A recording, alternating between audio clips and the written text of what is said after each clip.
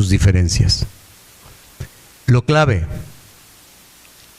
el IMSS no tiene fines de lucro. Todas las demás aseguradoras tienen fines de lucro. Si no hay negocio, pues no se crean. Si a mí me tuvieses que decidir, yo que tengo, por ejemplo, como investigador nacional, pues tengo un seguro de gastos médicos mayores para mi esposa y para mí, ¿no? ¿Con quién me atiendo? Me atiendo con un médico del IMSS, quizás en las instalaciones del hospital del otro, ¿eh? Yo, Ángel Guillermo Ruiz Moreno, y te lo estoy contestando de todo corazón. Yo, no sé los demás, yo sí. Por lo tanto, quiero poner en duda que esas corporaciones de seguros de salud internacional tengan la cuestión de asistencialismo. Pero en todo caso la seguridad social es una y el asistencialismo social es otro, ¿eh? Por eso dije estos dedos y se confunden o se tratan de confundir. Hay un libro muy bueno que se llama, y te lo recomiendo, de Belén Alonso García, que de una española, profesora española, que dice el asistencialismo social de la seguridad social. O sea, como el primer escalón de acceso a la seguridad social.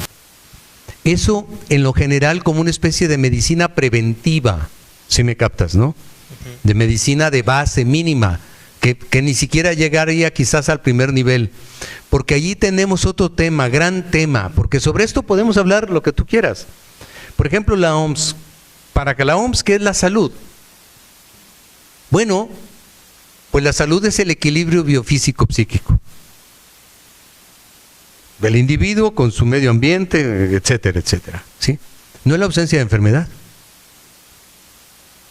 Y en todos los seguros sociales, hay un grave error estructural. Hay seguros de enfermedades, pero no hay seguros de salud. Y hasta en la Declaración Universal de los Derechos Humanos se encuentra la diferencia entre salud y enfermedad. Si yo llego con mi médico a la clínica hoy y le digo, oye médico, ¿cómo te va? Buenos días, ¿cómo estás? La bien frega como siempre, ¿no? Digo, no, pues aquí nomás, aquí ven pues para ver cómo estoy. Pues, ¿qué te duele? ¿Nada? Entonces, ¿para qué vienes? No me quites el tiempo. Y tiene razón él. Porque hay seguros de enfermedad, no de salud. Tú has visto, por ejemplo, yo lo he preguntado, porque también soy un hombre curioso que sé hacer preguntas a veces también pertinentes. Me parece que no es tema menor lo que te voy a decir. A compañías aseguradoras potentes, ¿por qué no crean un seguro de salud o de prevención de la salud?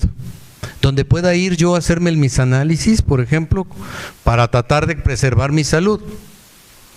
Porque no es negocio, papito. My king, o sea, mi rey. ¿Ah? Pues no es negocio, mi rey. Pues no, sí. ¿Qué es lo que ha pasado con la seguridad social? Que han visto muchos un botín susceptible de apropiarse. ¿Por qué? Porque hoy todo es mercado en una época de economía globalizada. Hay un mercado de salud, hay un mercado de trabajo, hay un mercado de pensiones, hay un mercado de prestaciones sociales, de guarderías infantiles, etcétera, etcétera. Hay un mercado en todo. Son negocios públicos en manos privadas, para el lucro privado.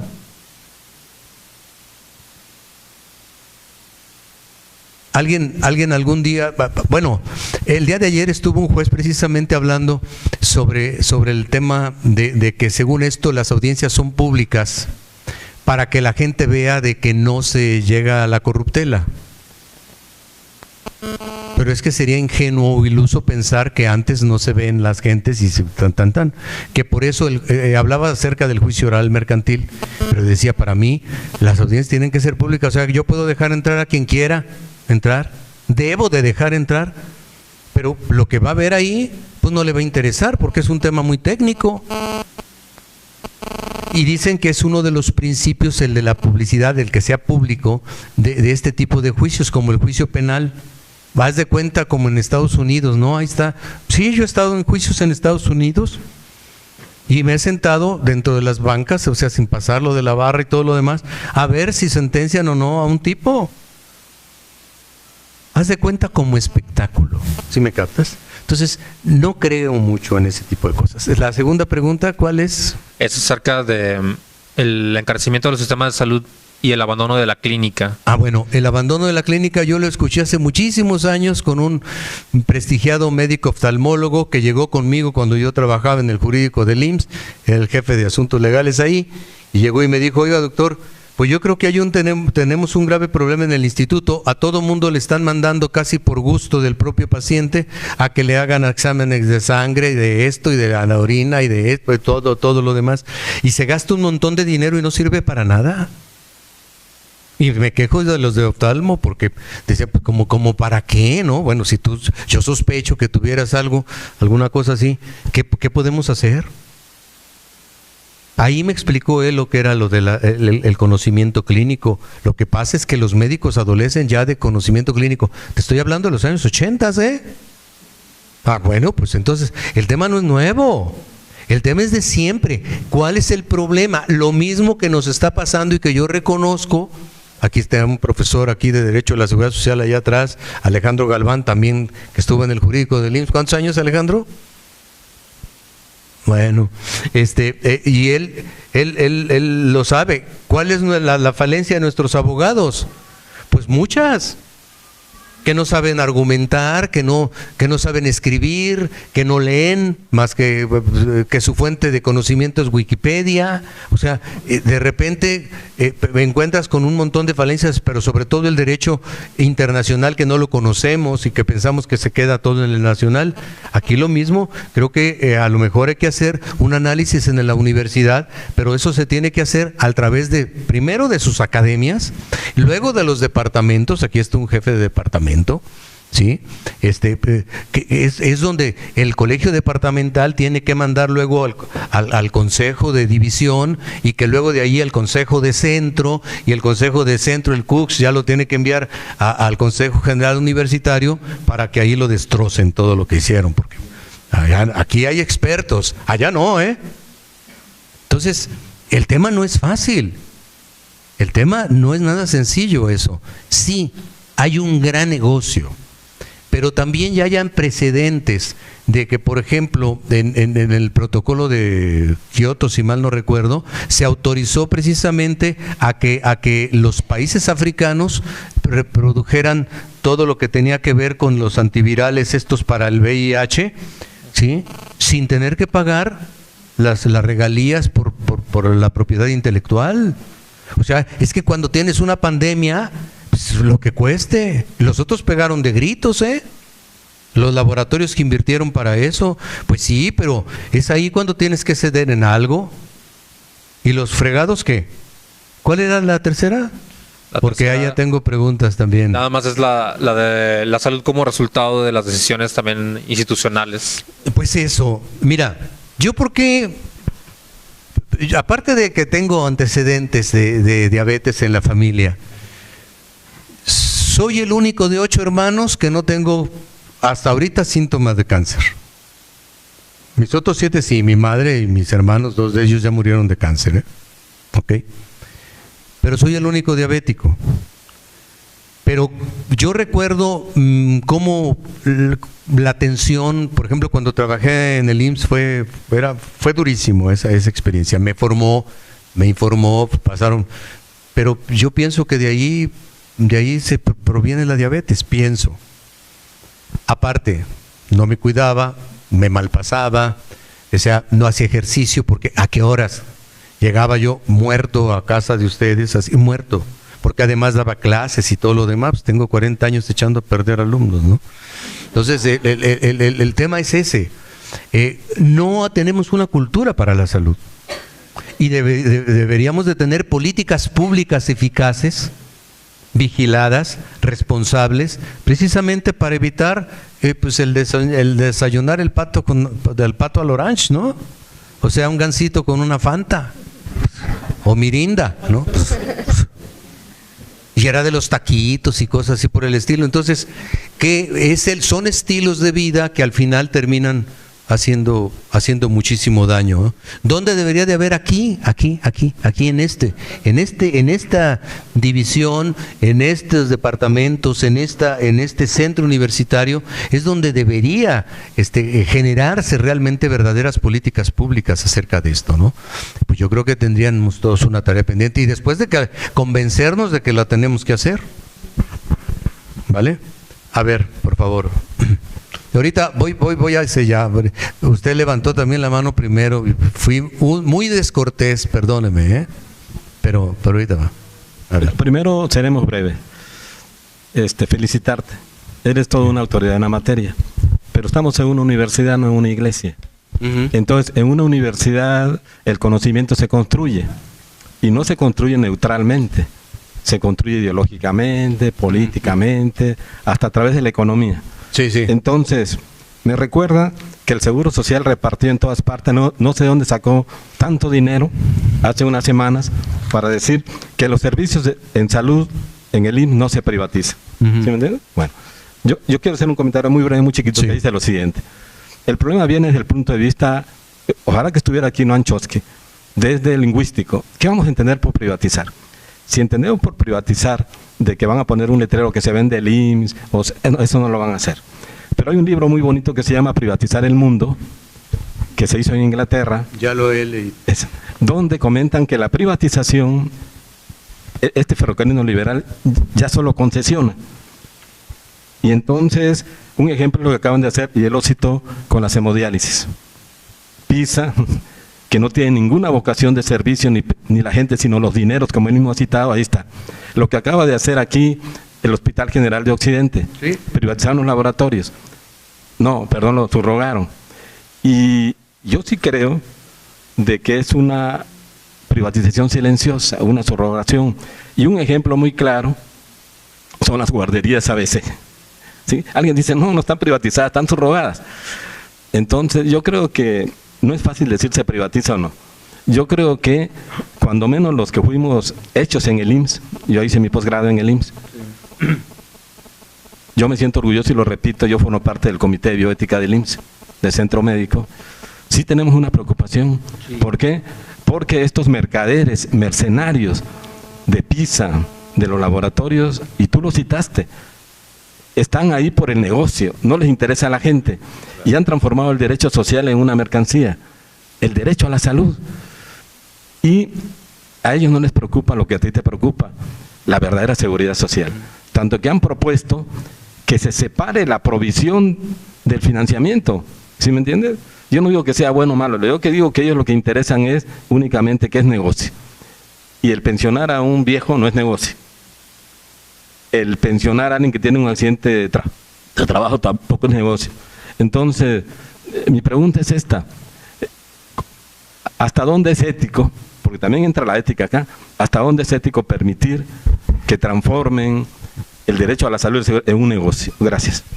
Esa es una pregunta correcta. Esa es una pregunta muy correcta. El tema más bien no es jurídico. El tema, para empezar, en mi opinión, es político y tiene un subyacente que se llama económico. El tema económico. Insisto, todo se ha vuelto ya mercado. Y en ese mercado, pues ahí medran los tiburones, ¿eh? Y aquí es una responsabilidad del funcionario el justificar el por qué subroga, el por qué concesiona, el por qué delega. Porque en la práctica tienes razón, no va a privatizarse porque no van a, y menos lo van a hacer así. O sea, no van a transferir, a sustituir al IMSS por otro ente.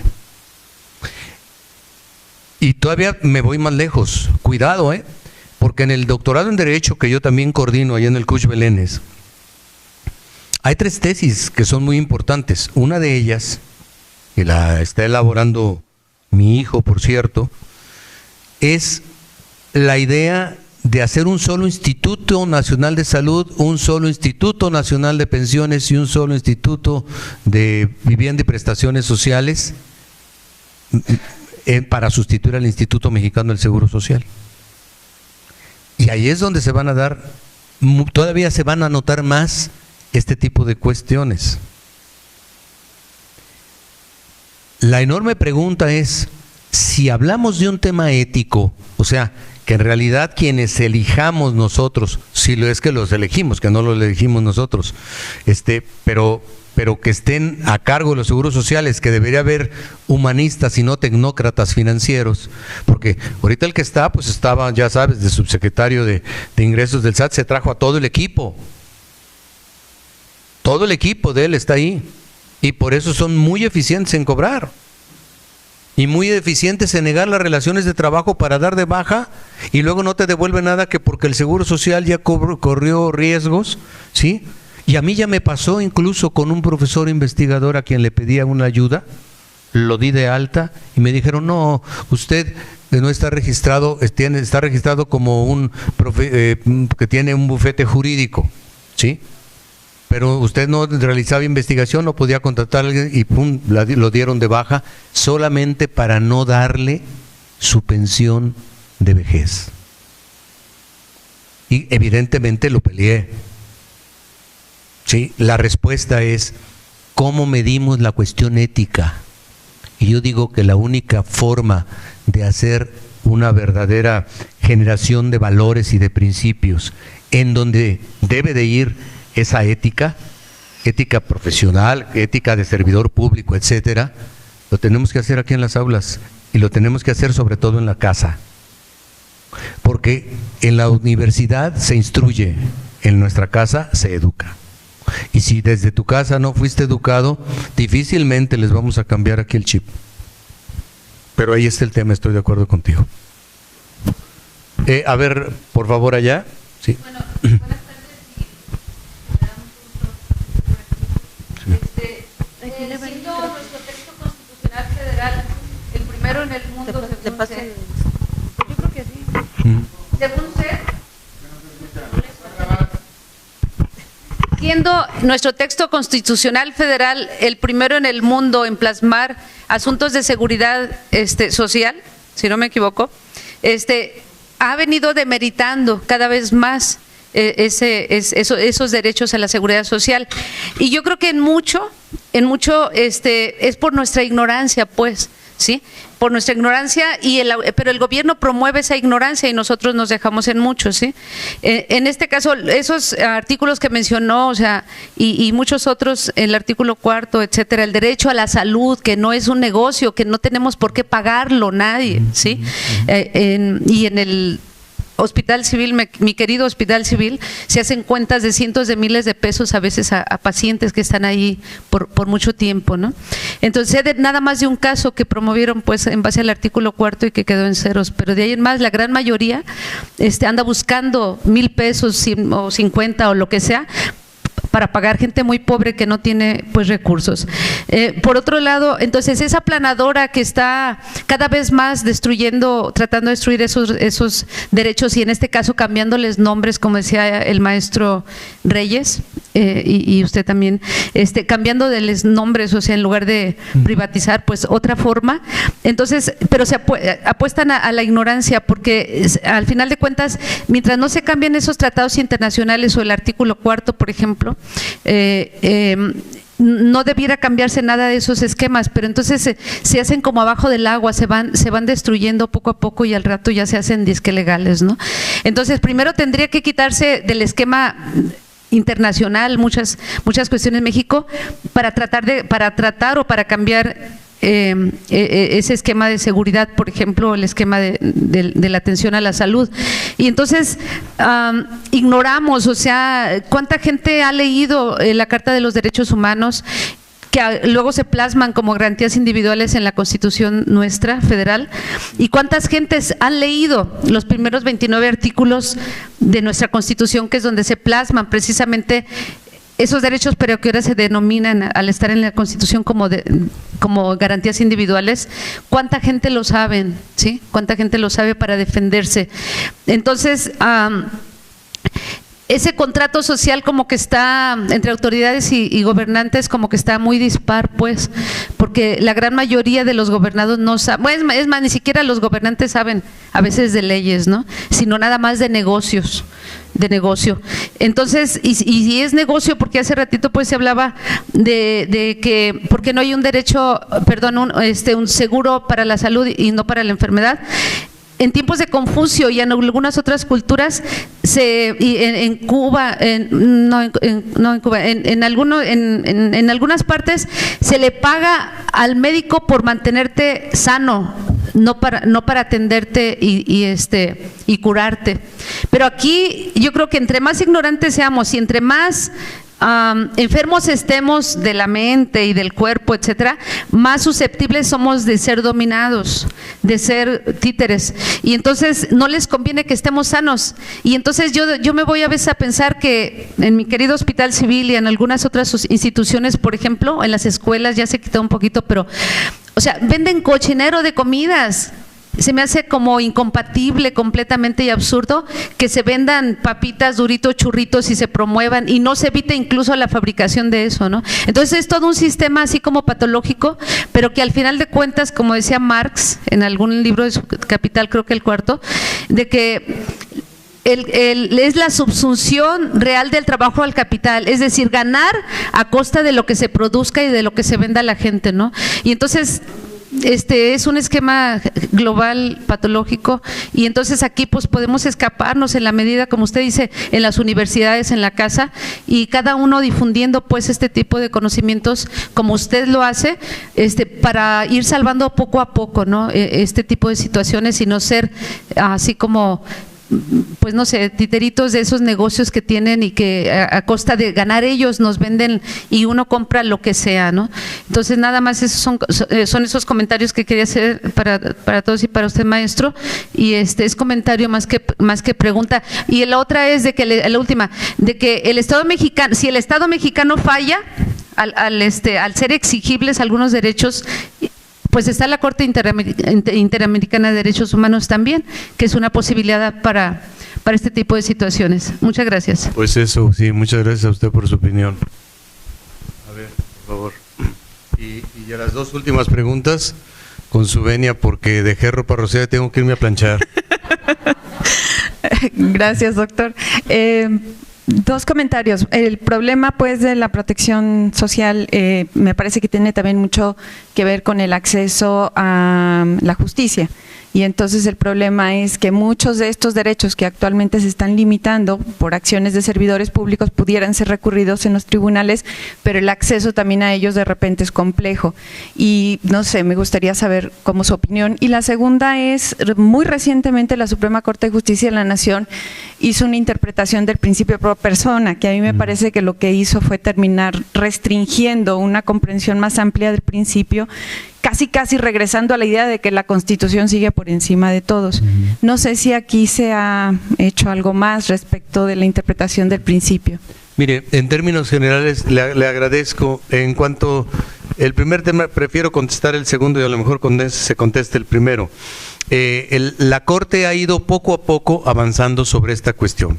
La primera vez que resolvió, ella seguía con la idea del 133 de que esta Constitución y luego las leyes que de ella emanan y luego los tratados internacionales de que México formen parte, digamos, eran la ley suprema o son la ley suprema de toda la Unión, pero dio más o menos ese orden. Y luego ya dio un viraje y cambió y puso primero a los tratados internacionales y luego a las leyes federales, ¿no? Reglamentarias de la Constitución. Lentamente ha comenzado en esta 10ª época, después de la reforma al artículo 1 constitucional, a ir mudando de criterio. Primero votó 10-1 de que primero la Constitución, y luego fueron 8-3, pues son 11 ministros. Luego la última vez fueron 6-5, pero ojo, antes de que termine este año se van 2 ministros que han votado siempre, una ministra y un ministro, Olga Sánchez Cordero y el ministro Juan Silva Mesa, que han votado siempre en el concepto de que la Constitución es primero que los tratados internacionales, pero van a llegar dos nuevos. Le puedo apostar que el año que entra cambia el viraje total y definitivo del principio pro persona y van a preferir a los tratados internacionales, porque eso es la moda del mundo mundial, como dicen los españoles, ¿no? ¿Ok? Eso es la moda. Y México se mueve mucho a base de modas. Así de simple. Entonces yo creo que por ahí no debemos preocuparnos. Pero además, si tenemos primero la Comisión Interamericana de Washington y después la Corte Interamericana de los Derechos Humanos, y si no, incluso la Corte de Naciones Unidas, el Tribunal Constitucional de Naciones Unidas, que no solo es para el delito de terrorismo y otro tipo de cosas, el de la Haya, sino pueden llevarse ese tipo de juicios. El tema es que le hacen más caso a una agrupación, a un grupo. Por eso el caso Radilla Pacheco se ganó y fue tan trascendente, porque había un grupo de instituciones de derechos humanos detrás de ese caso. Aquí yo creo que también lo que tendrían que hacer es una agrupación, pero no sé si el sindicato del Seguro Social puede ser esa institución, o puede ser otra, o puede ser a alguien, no sé. Pero hay una ventaja también, o no, depende, y no la quiero dejar de lado, Ya saben que ustedes que en la distribución de comisiones del Senado de la República, ¿quién se quedó a cargo? Que antes estaba el PRD al cargo de la Comisión de Seguridad Social. Bueno, lo tiene Morena a partir de hace una semana. Vamos a ver de qué cuero salen más correas. Nada más es lo único que quiero ver. Y creo que eso es importante. El dato, Morena. ¿Y por qué? Porque se desdeñó, o sea, al final Morena no quería ninguno. Fíjense el tema político, el factor político, ¿no? Si hace bien o hace mal. Ahora ya le pusieron el problemita, lo tiene a nivel del Congreso de la Unión, Morena. Perdón si lo cito, pero me parece que es clave. ¿Cuál es la posición que van a asumir ellos? Porque les recuerdo que cuando se reformó la ley de 1995, el 21 de diciembre del 95, que entró en vigor el 1 de julio del 97, al final, los votos fueron prácticamente por aclamación. En la reforma de 2001 ya fueron en contra fue en contra PRD y otros partidos, y fue el PRIAN el que hizo ese cambio del monstruo opresor, y ya se le quitó la careta social al Seguro Social. Ahora quiero ver, a ver si es cierto, ¿no? Yo nomás digo, observo la realidad, eso es lo que me consta. Y la última, ¿o alguien más iba a hacer alguna otra pregunta? Sí. Doctor, a mí me dejó muy preocupada con eso de lo de las pensiones.